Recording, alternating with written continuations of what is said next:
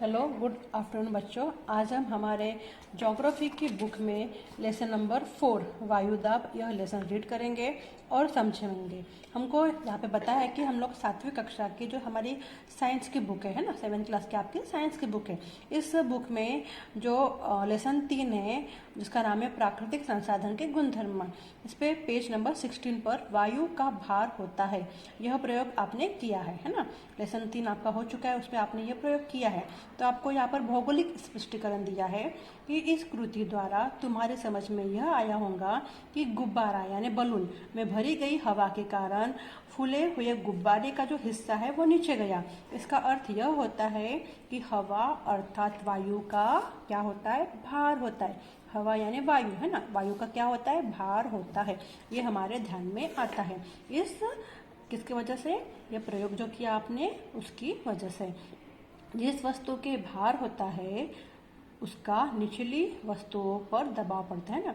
जिस वस्तु का क्या होता है, भार होता है, उसका जो निचली वस्तु होती है उसके उस वस्तु के नीचे की जो वस्तु होती है उस पर क्या पड़ता है, दबाव पड़ता है।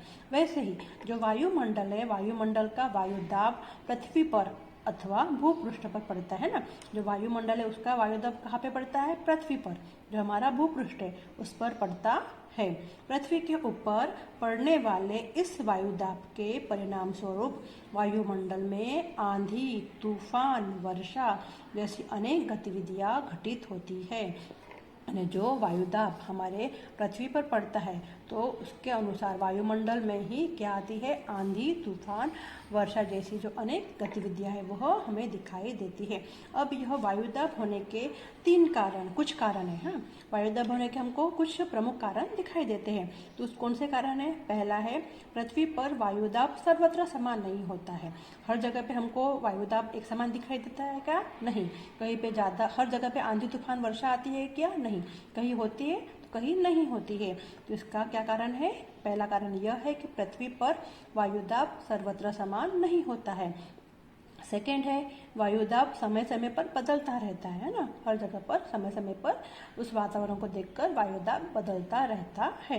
तीसरा है, प्रदेश की ऊंचाई। वो प्रदेश की ऊंचाई कैसी है, वहाँ का हवा का तापमान और वाष्प की मात्रा जैसे मुख्य घटक भी वायुदाब पर प्रभाव डालते हैं। अब हम देखेंगे इसमें प्रदेश की ऊंचाई और वायुदाब क्या है। प्रदेश की ऊंचाई और वायुदाब किसे कहते हैं? तो हवा में मिश्रित धूलिकण, हवा में जो मिले हुए धूल के कण आते हैं, वाष्प है ना, भारी वायु आदि घटक भूपृष्ठ के निकट अधिक मात्रा में होते हैं। जो हमारा भूपृष्ठ है, जमीन है, पृथ्वी है, इसके सबसे पास में क्या होते हैं, हवा में मिले हुए धूलकण, वाष्प, भारी वायु, ये घटक भूपृष्ठ के निकट यानी पास में अधिक मात्रा में होते हैं। ऊंचाई बढ़ते जाने पर यह मात्रा कम होती जाती है। जैसे जैसे ऊंचाई पर हम लोग जाएंगे तो ये धूलकण, वाष्प, भारी वायु जो है वो उसकी मात्रा कम होते जाएंगी। भूपृष्ठ से जैसे जैसे ऊपर जाते हैं वैसे वैसे हवा कैसी होती है, विरल होती जाती है। ऊंचाई बढ़ने पर हवा का दाब भी कम होता है। परिणामतः क्या होता है कि हवा का दाब ऊंचाई के अनुसार कम हो जाता है। जैसे जैसे हम ऊपर ऊपर जाएंगे वैसे वैसे हवा का दाब उस ऊंचाई के अनुसार कैसे होगा, कम कम होता जाता है। अब हमको यहाँ पर एक करके देखो, प्रैक्टिकल दिया है, क्या बोला है, कृति दी है, हमें करने के लिए कहा है। तो यहाँ पे क्या बोला है, हवा का तापमान और वायुदाब, हवा का तापमान और वायुदाब हमें करके देखना है। तो क्या बोला है यहाँ पर कि हवा में ऊपर जाने वाले एक आकाश कंदील। देखो यहाँ पर हमको एक पिक्चर भी दिख रहा है, 4.1 दिख रहा है, आकाश कंदील का प्रयोग, ये प्रयोग करने के लिए कहा है। ऊपर में हमको शिक्षक के द्वारा और कुछ विद्यार्थी हमें नजर आ रहे हैं ये पिक्चर्स में, ठीक है। तो क्या बोला है हमें कि हवा में ऊपर जाने वाला एक आकाश कंदील, ये आकाश कंदील दिखाई दे रहा है, ऐसा आकाश कंदील दिख रहा है ना, ऐसा आकाश कंदील जो आप अभी दिवाली में यूज़ भी करते हो घर में, है ना, आकाश कंदील। या पतंग जब उड़ाते हो तभी भी पतंग के इसमें भी आप देखा होगा, है ना। तो हमको बोला है कि ऊपर जाने वाले एक आकाश कंदील लेना है। फिर दूसरा बोला है कि आकाश कंदील में लगभग 5 मीटर लंबा सादा धागा बांधो जिससे उसे पुनः अपने पास लाया जा सकेगा। देखो पिक्चर में दिख रहा है, 5 मीटर लंबा सादा धागा बांधना है, उसको ऊपर छोड़ना है और फिर उसको वापस ला सके, इसके लिए हमको 5 मीटर धागा, लंबा धागा, सादा, उसको बांधने के लिए कहा गया है। फिर तीसरे में क्या बोला है कि आकाश कंदील के लिफाफे पर लिखी सूचना के अनुसार आकाश कंदील को सावधानी से खोलो और उसमें रखी मोमबत्ती जलाओ। आपको आकाश कंदील में कुछ सूचना लिखी होती है, उस सूचना के अनुसार उसको सावधानी पूर्वक खोलना है और उसके अंदर जो मोमबत्ती होती है उसको जलाना है। क्या होता है इसका निरीक्षण करो, उसको जलाने के बाद में क्या होता है इसे हमें ऑब्जर्व करना है। कुछ समय बाद आकाश कंदील से बंधी डोर से आकाश कंदील को नीचे उतरवा लो और उसमें लगी मोमबत्ती को बुझा दो। जैसे हमको दिख रहा है इसमें कृति में कि उसको ऊपर छोड़ दिया है ना, तो कुछ देर बाद में हमको ऊपर छोड़ने के बाद में बोला है कि उसको उस डोर जो बांधी है डोर उसको उसको नीचे उतार लेंगे और जो उसमें लगी हुई मोमबत्ती है उसको बुझा देंगे। ठीक है, तो यह जो प्रयोग है हमको अपने टीचर के साथ में या घर में जो बड़ा है उनके पास में जब वो रहे तभी हमें यह प्रयोग करके देखना है। ठीक है, यहाँ पर दिख रहा है आकाश कंदील का प्रयोग इस तरीके से हमको करके देखना है। फिर क्या बोला है, मोमबत्ती जलाने के बाद क्या आकाश कंदील तुरंत आकाश में गया? जब हमने मोमबत्ती जलाया तो तुरंत गया क्या? वो नहीं, टाइम लगा, धीरे धीरे वो ऊपर जाता है ना। आकाश कंदील ऊपर जाने के बाद यदि मोमबत्ती बुझ जाती तो आकाश कंदील का क्या होता? वो नीचे आ जाता है। इसलिए हमने डोर बांधी थी कि उसको बुझ भी गई तो उसको हम खींच के लेकर आ सकते हैं। कहीं कहीं पे आग भी लग सकती है जिससे खतरा भी हो सकता है ना आकाश कंदील का, इसलिए संभल कर उसका यूज़ करना हमको आना चाहिए।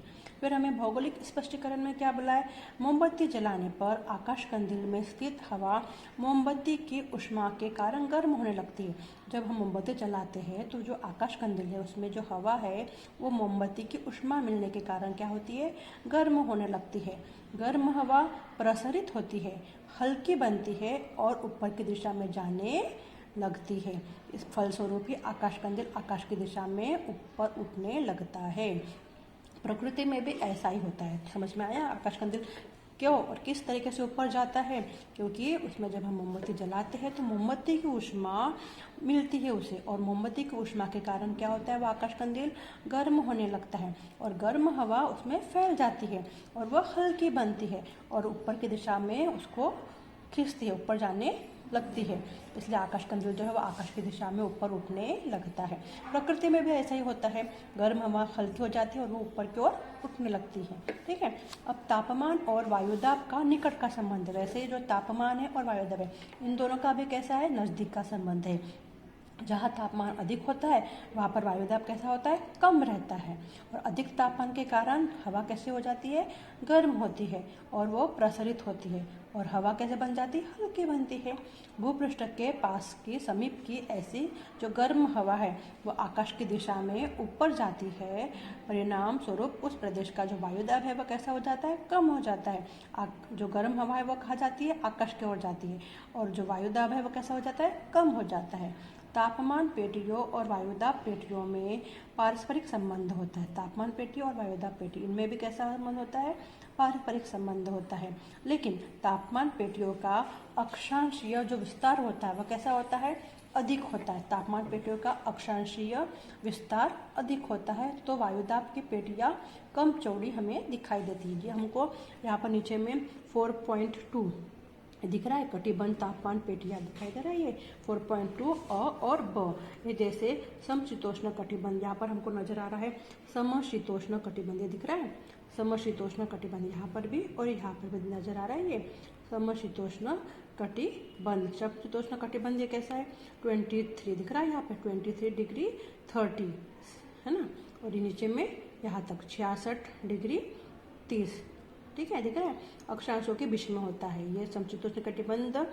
23 डिग्री 30 और 66 डिग्री 30 इनके बीच में, इन अक्षांशों के बीच में होता है।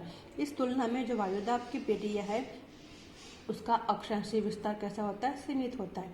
यह विस्तार सामान्यतः कितना होता है, 10 कितना होता है, 10 अंश अक्षांश तक होता है। यहाँ पर भी देखो आपको यह नजर आ रहा है, यहाँ पे समशीतोष्ण कटिबंध के इसमें ये यहाँ पर है ना समशीतोष्ण कटिबंध ये दिख रहा है। मध्य अक्षांशीय अधिक दाब पेटी, यहाँ पर भी मध्य अक्षांशीय अधिक दाब पेटी, यहाँ पर क्या है, इसके अनुसार हम देखेंगे तो समशीतोष्ण कटिबंध है। ठीक है, तो ये नज़र आ रहा है यहाँ पर इस तरीके से, यहाँ पर भी दिए हुए हमको आंकड़े। तो ये तापमान के असमान वितरण का प्रभाव वायुदाब पर भी पड़ता है। जो तापमान होता है उसका जो असमान वितरण हो रहा है उसका प्रभाव भी कहाँ पड़ता है, वायुदाब पर पड़ता है। और पृथ्वी के ऊपर विषुवत रेखा से लेकर तो दोनों ध्रुवों के बीच कैसी होती है, क्षैतिज समानांतर दिशा में वायु में कम और अधिक दाब की पेटियों का भी निर्माण होता है। पृथ्वी के ऊपर में जो विषुवत रेखा, ये विषुवत वृत्त दिख रहा है, विषुवत रेखा ये नजर आ रही है। तो जो विषुवत रेखा है इसकी वजह से क्या होता है, इस विषुवत रेखा से लेकर दोनों ध्रुवों के बीच, ऊपर में भी और नीचे में भी समशीतोष्ण कटिबंध और विषुवत रेखा दिख रही है। तो इन दोनों ध्रुवों के बीच में कैसा होता है, क्षैतिज कैसा होता है, समानांतर होता है, समान आकार का अंतर का होता है। इस दिशा में वायु से कम और अधिक, देखो कम दाब की पट्टियाँ है दिख रही, अधिक दाब की पट्टी दिख रही है यहाँ पर, है ना, और एक कम दाब की पट्टी, अधिक दाब की पट्टी, कम दाब की पट्टी नजर आ रही है हमें। तो इसकी वजह से ही यह होता है, ऊपर में भी सेम नीचे में भी सेम। इसलिए बोला यहाँ पर कि दोनों में कैसा होता है, समानांतर होता है। ध्रुवों के बीच में क्षैतिज कैसा होता है, समानांतर दिशा में वायु में कम और अधिक दाब की पेटियों का निर्माण होता है।